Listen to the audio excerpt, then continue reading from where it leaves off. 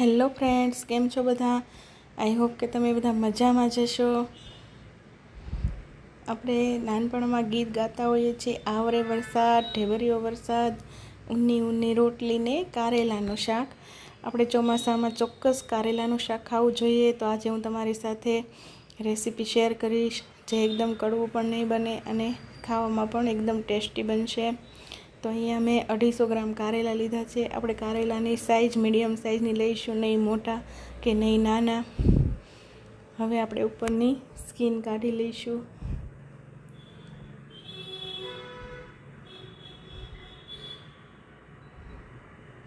આપણે બહુ નહીં કાઢીએ, બસ ઉપરથી થોડી જ કાઢીશું. અને આપણે ઝીરો વેસ્ટવાળી રેસીપી બનાવીશું, કે એની છાલ અને અંદરના બીનો ભાગ પણ આપણે ઉપયોગ કરી લઈશું. શું તમને ખબર છે, જો આપણે કારેલાને આ રીતે ડીટીયાનો ભાગ પછીથી કાપીએ તો આપણા કારેલા કડવા નહીં બને. એટલે પહેલાં છાલ કાઢી લેવાની અને પછી જ આપણે ડીટીયાનો ભાગ કાઢવાનો, જેથી આપણા કારેલા કડવા ના બને. હવે આપણે અંદરથી એનો બીનો ભાગ કાઢી લઈશું. બીનો ભાગ અને છાલના ભાગને આપણે મસાલાની અંદર ઉપયોગ કરીશું, જેથી એને ફેંકવાનો નહીં.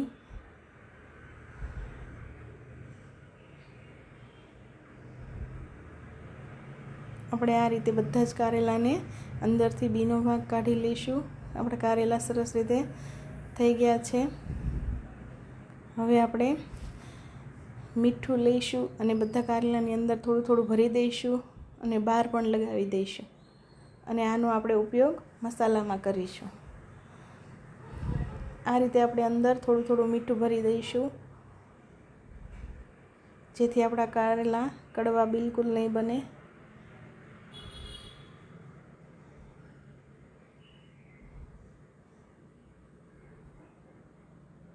હવે આપણે કુકરમાં એને એડ કરી દઈશું અને ફરીથી થોડું મીઠું લગાવી દઈશું, આ રીતે બહારથી પણ. અને એને એક વિસલ વાગે ત્યાં સુધી બફાવા દઈશું. એક વિસલમાં આપણા કારેલા સરસ રીતે બફાઈ જાય છે. હવે આપણે આમાં પણ થોડું મીઠું એડ કરી દઈશું, જેથી કડવાશ બધી જ નીકળી જાય.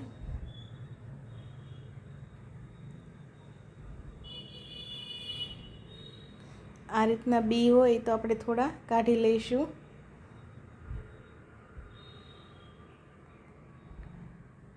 કૂણા બીનો આપણે બધા જ કૂણા બીનો ઉપયોગ કરી લઈશું મસાલામાં.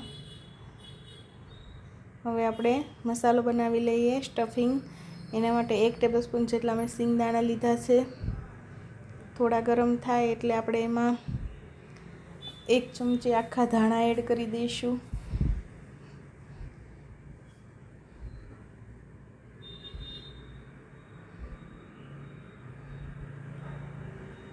હવે આપણે 1 ચમચી વરિયાળી એડ કરી દઈશું અને 1 ચમચી જીરું એડ કરી દઈશું.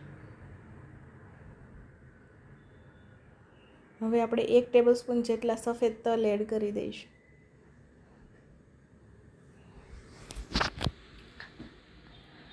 આપણે કલર ચેન્જ નથી કરવાનો, બસ થોડું શેકી લેવાનું છે.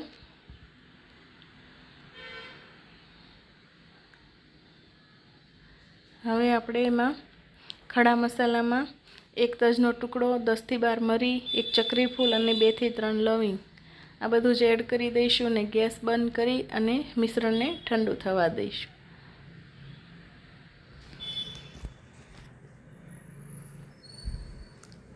આપણું મિશ્રણ એકદમ ઠંડુ થઈ ગયું છે. હવે એક મિક્સર જારમાં લઈ આપણે એને ક્રશ કરી લઈશું.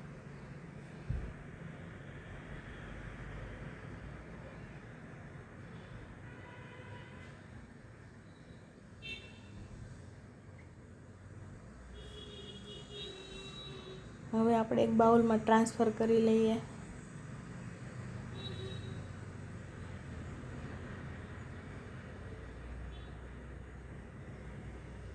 આપણો સૂકો મસાલો રેડી છે. હવે આપણે ભીનો મસાલો બનાવી લઈએ. એના માટે 1 ટેબલસ્પૂન ગાંઠિયા લીધા છે, 4 થી 5 લસણની કળી અને 1 ટેબલસ્પૂન જેટલો ગોળ લીધો છે અને 2 ચમચી કાશ્મીરી લાલ મરચું લીધું છે. હવે જે આપણે છાલ અને બી હતા એમાં મીઠું નાખ્યું હતું તો એમાંથી પાણી છૂટે છે, તો પાણી આપણે નિતારી લઈશું. મીઠાની સાથે પાણી સાથે આપણી બધી જ કડવાશ દૂર થઈ જશે. એટલે આ રીતે આપણે નિતારીને મસાલામાં એડ કરીશું.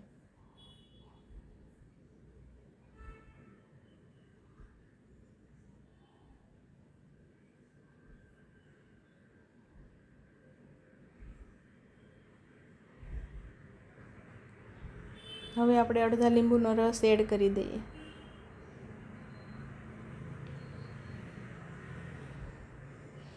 ચપટી હિંગ અને અડધી ચમચી જેટલી આપણે હળદર એડ કરી દઈએ અને એની એક પેસ્ટ બનાવી લઈએ. આપણી પેસ્ટ રેડી છે. આપણે સૂકા મસાલાની અંદર એને ટ્રાન્સફર કરી લઈએ.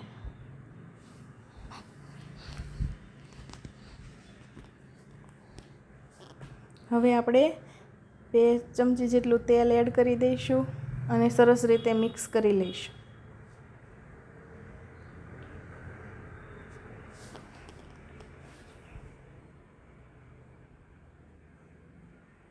હવે આપણે કારેલાને પણ ચેક કરી લઈશું. આપણા કારેલા સરસ રીતે બફાઈ ગયા છે. આપણે એક પ્લેટમાં કાઢી લઈએ. હવે આપણે મસાલામાં થોડું મીઠું એડ કરી દઈએ. આપણે કારેલાની અંદર મીઠું એડ કર્યું હતું એટલે એકદમ સાવ થોડું જ મીઠું એડ કરીશું.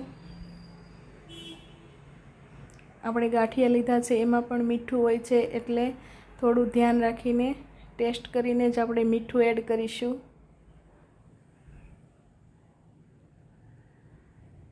હવે આપણે કારેલામાં મસાલો સ્ટફ કરી લઈએ.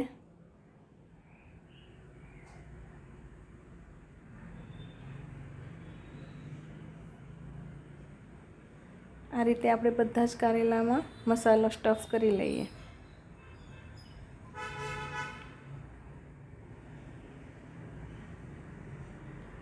આપણા બધા જ કારેલા સ્ટફ થઈ ગયા છે.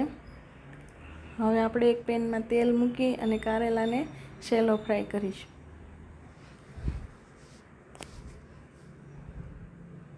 આપણે 2 ટેબલસ્પૂન જેટલું તેલ લઈશું. તેલ ગરમ થઈ જાય એટલે આપણે હિંગ અને હળદર એડ કરીશું.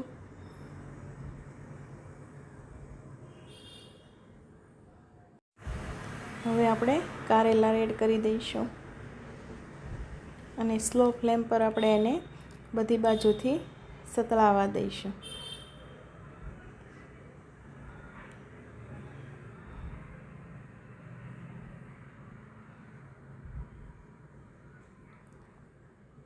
એને બધી બાજુ આપણે ફેરવતા જઈશું જેથી બધી બાજુથી ફ્રાય થઈ જાય.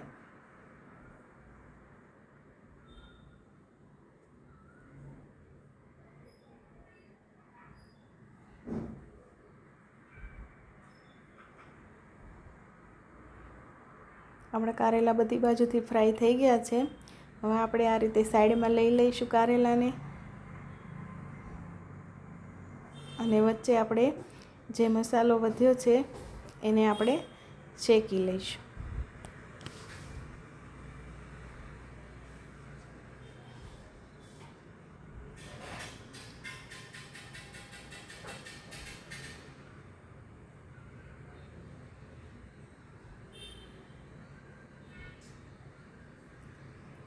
એકથી 1.5 મિનિટમાં આપણો મસાલો સરસ રીતે શેકાઈ જાય છે.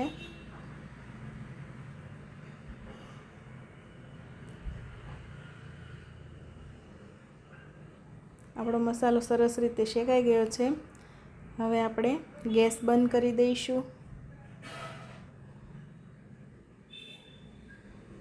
અને ઉપરથી આપણે લીલા ધાણા કટ કરેલા એડ કરી દઈશું.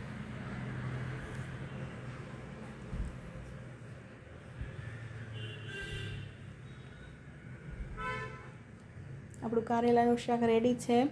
હવે આપણે સર્વ કરી લઈએ.